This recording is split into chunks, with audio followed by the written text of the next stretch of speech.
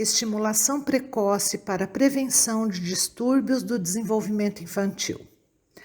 A qualidade e o momento do desenvolvimento correto da fala da criança e a saúde psicofísica de uma criança dependem de muitos fatores. Em nossa prática profissional, é muito comum encontrarmos casos de alterações de fala que dependem totalmente das condições sociais. Estes são os que podem afetar o fato de que a fala de uma criança é formada de forma incorreta ou até patológica. Existem muitos fatores que determinam o desenvolvimento infantil da fala em crianças. Um desses fatores é a falta de vontade de se comunicar com a criança por parte dos adultos, equívocos sobre o desenvolvimento da linguagem infantil. Eu não falo muito com ele porque ele não me entende. Um desapego devido a um possível problema com o filho ou a filha. A falta de conhecimento elementar sobre as fases e necessidades para um bom desenvolvimento infantil. A falta de brincadeiras ou estímulos compatíveis com a idade cronológica e os interesses da criança. A falta de tempo e dedicação à criança, a estimulação puramente digital. As telas são boas, mas impedem que a criança preste atenção a outros estímulos naturais, que são muito mais enriquecedores. A superproteção, não permitindo exploração sensorial, motora e comunicativa, tipo, não suba no sofá porque você pode cair, não brinque com animais porque pode dar doenças, não faz esse barulho porque você não é um menino barulhento, essas coisas, né? E compartilhe os seus sentimentos, pensamentos, experiências com a criança porque ela é pequena e não vai entender. Essas são o que mais acontece.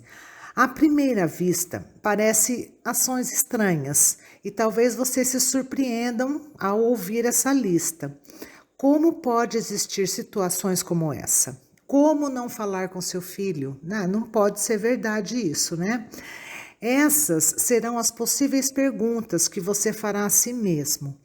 Infelizmente, é cada vez mais comum em fazer um tique em alguma seção dessa lista ao realizar a primeira entrevista com os pais de crianças que estão na idade que exige o processo de estimulação precoce, que é do 0 aos 3 anos. Então, o que é necessário para que o desenvolvimento psicomotor e de comunicação da criança para que tenham sucesso no futuro? Em primeiro lugar, é muito importante estabelecer esse sentimento entre a mãe e o bebê, assim como a comunicação normal desde muito cedo, mesmo antes do nascimento.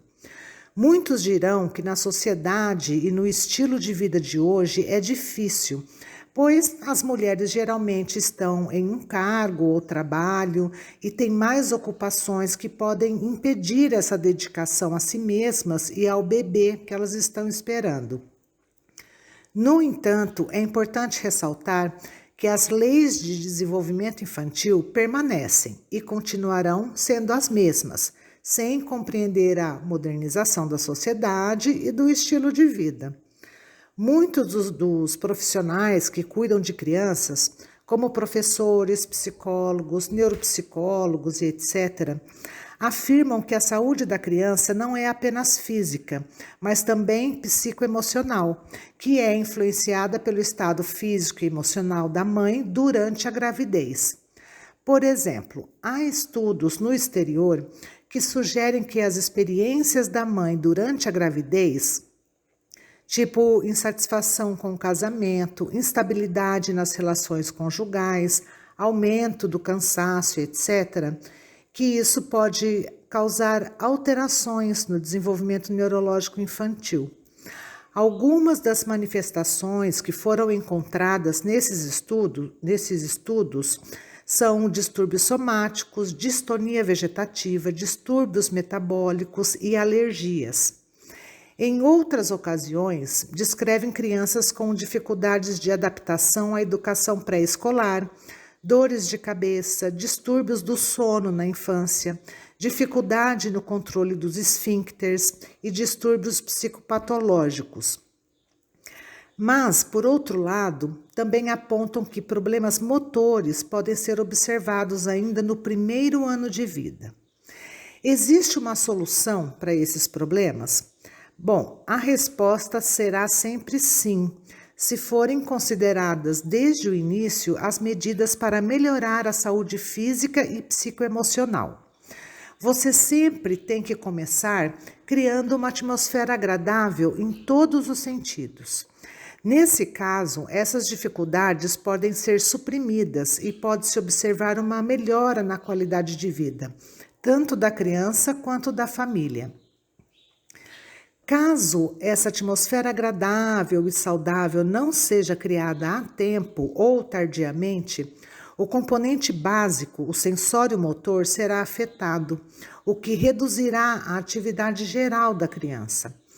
Isso se traduz em uma desaceleração no ritmo do desenvolvimento mental e físico da criança, e as dificuldades de adaptação aumentarão. O interesse pela vida pode ser perdido e condições depressivas ou apáticas podem se desenvolver.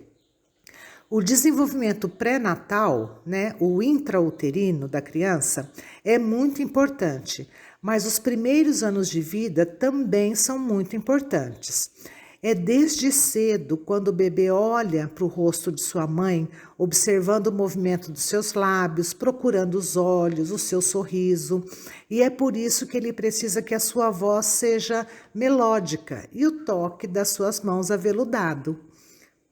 Agora, vou convidar vocês a viajarem no tempo e relembrar como as nossas avós, sem pressa e sem pensar que estavam perdendo tempo, com calma e emoção, elas entoavam as suas vozes, contavam histórias, falavam devagar e contavam histórias engraçadas. Não sabíamos realmente o propósito de tudo isso, se era para nos mimar ou cuidar de nós, ou talvez para promover a imitação da fala do adulto, o desenvolvimento das funções mentais da criança, a motricidade fina e geral da criança. A comunicação socioemocional entre mãe e filho no primeiro ano de vida não é apenas um pré-requisito para o desenvolvimento mental, mas também um critério diagnóstico que pode ser visto na idade pré-escolar.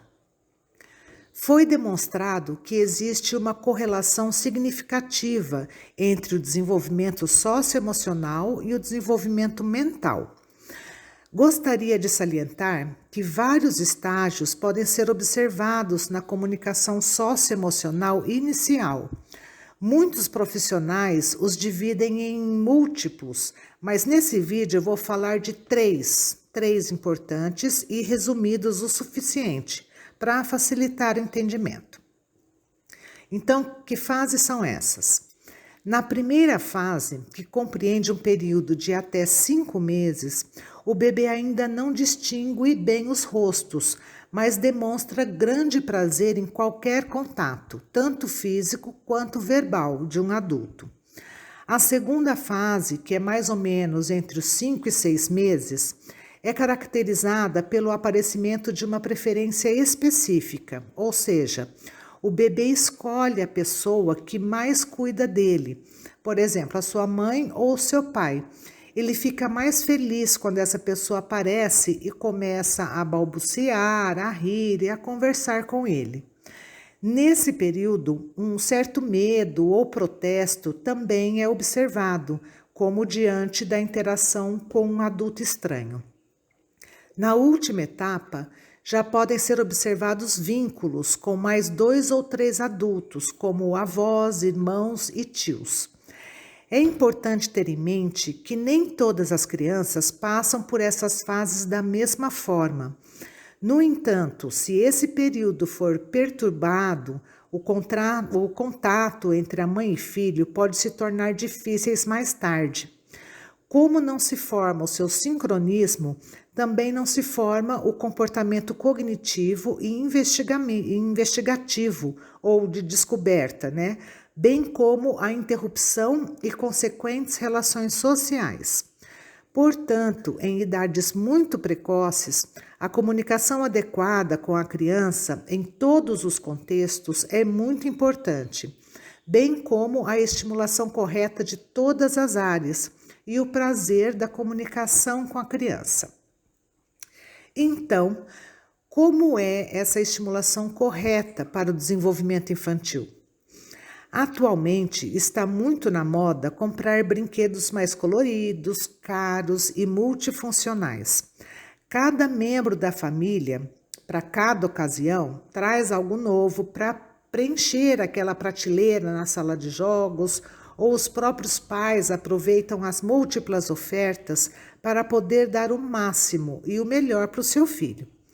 No entanto, mais tarde, percebem que a criança presta atenção no novo só por um breve momento, mas depois sempre guarda o seu brinquedo ou o bicho de pelúcia favorito e o leva para todos os lugares como se não tivesse outro.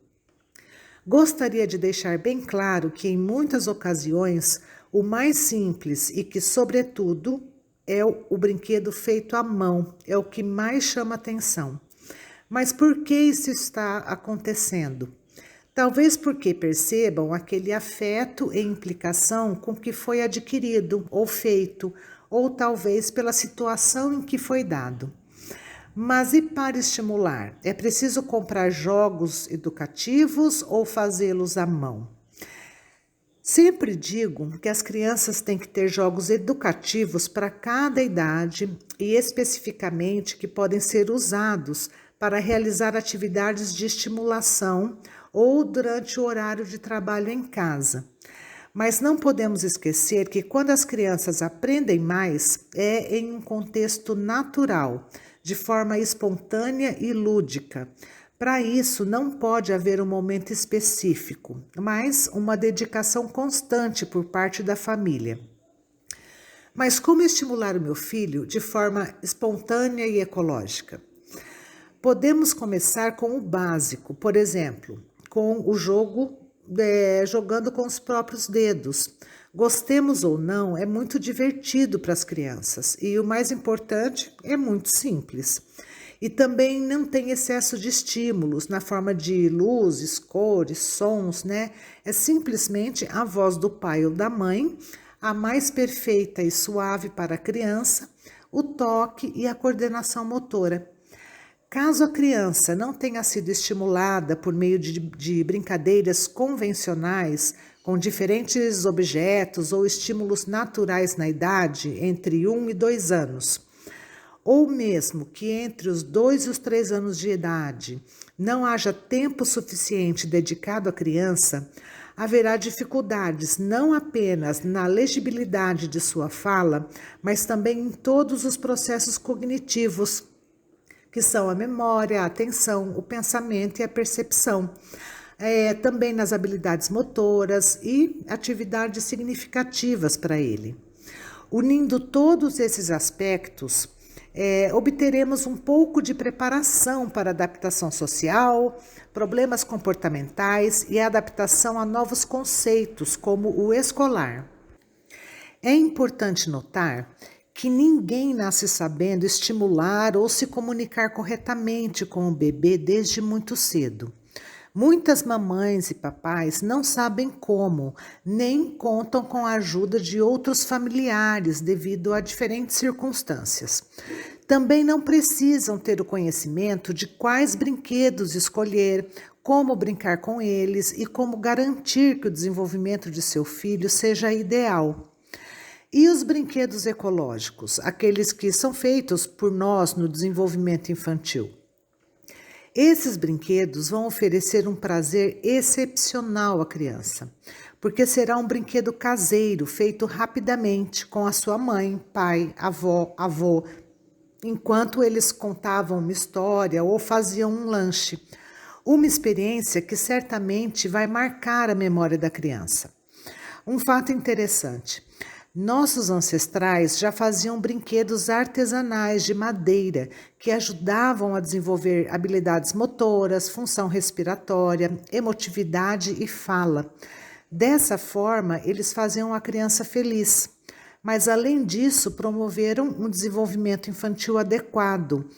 Por que não fazer agora, né? Convido você a explorar bastante esses brinquedos. Concluindo, o desenvolvimento infantil depende de uma multiplicidade de fatores, dentro dos quais o seu contexto habitual desempenha um papel mais do que importante. O mais importante e difícil é encontrar o primeiro passo. Cada criança é individual, então não podemos fazer o mesmo com todas as crianças ou compará-las com o vizinho ou com o primo. Teremos que oferecer jogos ativos para crianças mais ativas. Para outra criança mais tranquila, teremos que encontrar uma atividade interessante que ela goste. Mas para cada criança é necessário encontrar seu caminho para o desenvolvimento da fala, da psicomotricidade e o sucesso da vida da criança.